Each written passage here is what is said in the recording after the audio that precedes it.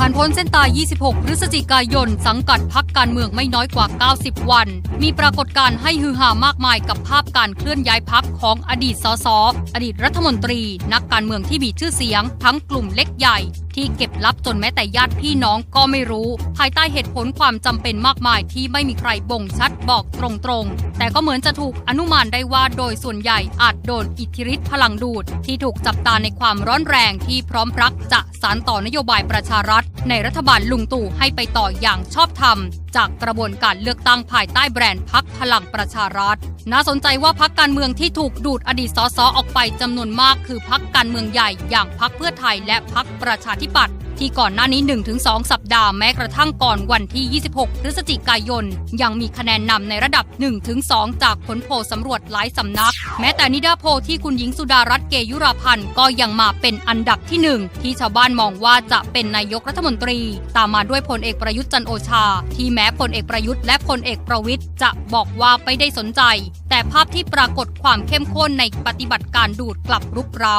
น่าสนใจในข้อมูลที่สำนักข่าว BBC ไทยรายงานว่าพรรคเพื่อไทยต้องเสียสมาชิกคนสำคัญไปอย่างน้อย75คนในจำนวนนี้มี39คนที่พลิกขั้วไปอยู่เคียงข้างพรรคพลังประชารัฐมี5คนไปสังกัดพรรคชาติไทยพัฒนา3คนย้ายไปอยู่พรรคภูมิใจไทยที่เหลือกระจายไปอยู่ตามพรรคพันธมิตรได้แก่พรรคไทยรักษาชาติ19คนพรรคเพื่อชาติ6คนพรรคประชาชาติ2คนและพรรคเพื่อธรรม1คนขณะที่พรรคประชาธิปัตย์ต้องเสียอดีตสมาชิกไป24คนโดยย้ายไปอยู่พลังประชารัฐ14คนพรรครวมพลังประชาชาติไทยของลุงกำนัน8คนและภูมิใจไทย2คนส่วนพรรคชาติไทยพัฒนาเสียสมาชิกหน้าเดิมไป13คนภูมิใจไทยเสียไป11คนผิดกันที่2พรรคนี้ก็สามารถดูดอดีตสสจากที่อื่นมาเติมเสียงที่หายไปได้บางส่วนขณะที่หันมาดูพรรคพลังประชารัฐก็น่าตกใจยิ่งที่สามารถกวาดต้อนเอานักเลือกตั้งตั้งแต่เหนือจรดใต้เข้าสังกัดได้มากสุดถึง81คนแบ่งเป็นอดีตรัฐมนตรี19คนอดีตสส61คนและอดีตสว1คนนี่เป็นความน่าสนใจในตัวเลขตั้งต้นที่อย่าลืมว่าก่อนหน้านี้ปรากฏภาพความไม่แน่ใจจากหลายฝ่ายในคณะฝ่ายอำนาจเป็นลมใต้ปีกให้นายกลุงตู่ไปต่อที่กำลังตัดสินใจบนความมั่นใจที่มีเรื่องของตัวเลขสส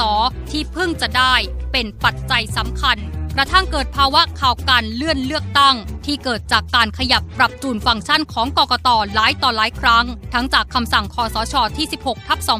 16/2561 ที่ขยับขยายเวลากำหนดแบ่งเขตและขยับเวลาการรับสมัครสมาชิกพรรคเป็นความไม่ชัดเจนจนกระทั่งมาสู่การประกาศพร้อมนัดเจอนักการเมืองและพรรคการเมืองวันที่ 7 ธันวาคมของนายกลุงตู่และการออกปากจาก4รัฐมนตรีว่าครม.วันวานเป็นนัดสุดท้ายก่อนถอดหมวกรัฐมนตรีน่าสนใจว่าในความชัดอันมั่นใจของฝ่ายอำนาจที่อยู่เบื้องหลังพลังขับของพรรคพลังประชารัฐย่อมนำมาซึ่งการแกว่งไกวของพรรคเพื่อไทยที่ถูกมองว่าอยู่ฝ่ายตรงข้ามฝ่ายอำนาจจนปรากฏการลงมาเสี่ยงเล่นเองของพานทองแท้ชินวัตรเพื่อการอุดเลือดที่ไหลไม่หยุดด้วยการสมัครสมาชิกพรรคเพื่อไทยพร้อมๆกับการดูดแกนนำบางรายที่กระจายไปยังพรรคเพื่อกลับมายังฐานที่มั่นที่ยังมั่นใจว่าแบรนด์เพื่อไทยยังขายได้มากกว่าตัวอดีตสสที่ย้ายออกไปคนละขั้วด้วยเหตุผลข้อต่อรองคดีและผลประโยชน์จบลงไปแล้วสำหรับช่วงเวลาฝุ่นตลบย้ายสังกัดกันอลหม่านของนักเลือกตั้งหากเกิดขึ้นจริง24 กุมภาพันธ์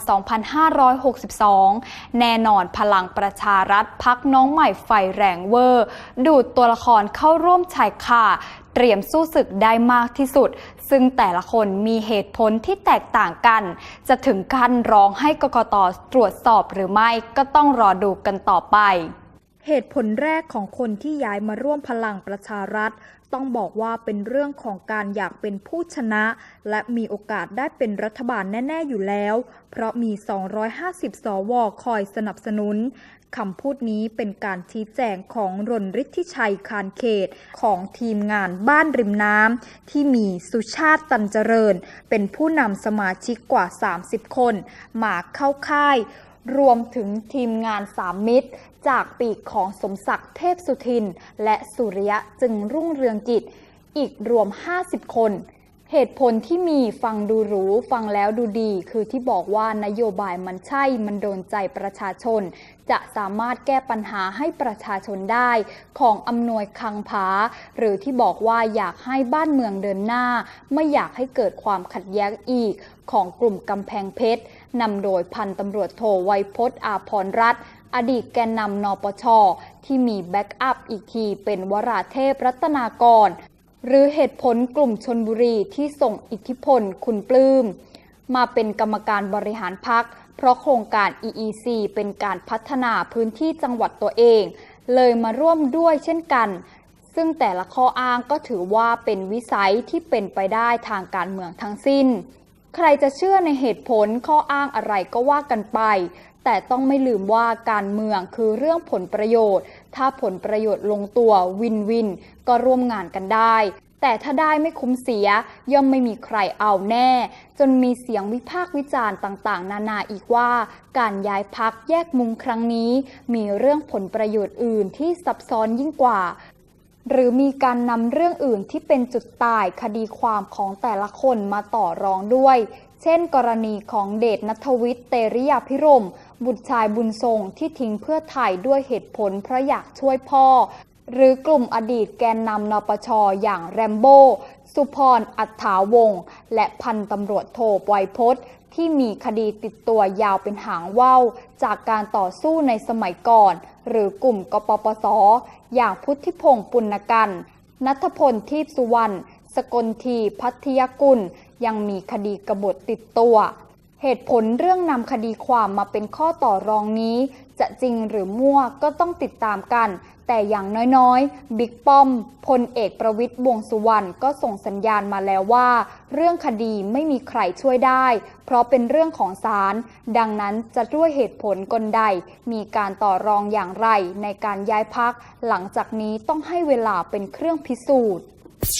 น่าสนใจอีกว่าปฏิบัติการดูดครั้งใหญ่นาทีสุดท้ายหนนี้ถูกระบุว่าหาใช่การโจมตีครั้งสุดท้ายต่อพรรคเพื่อไทยหากแต่ด้วยสภากำลังและคุ้มข่ายฝ่ายอำนาจที่ครอบคลุมถึงองค์กรอิสระและองค์กรปกครองส่วนท้องถิ่นและหมวดความมั่นคงกฎหมายในกระบวนท่าอาชญาวิทยาโดยเฉพาะข่าวใบแดงที่จะเกิดขึ้นในพื้นที่ภาคอีสานที่เพื่อไทยกลุ่มสภาพก็ยังน่าห่วงสำหรับสัญญาณความขัดแย้งที่จะเกิดประทุขึ้นในระหว่างและหลังศึกเลือกตั้งหนนี้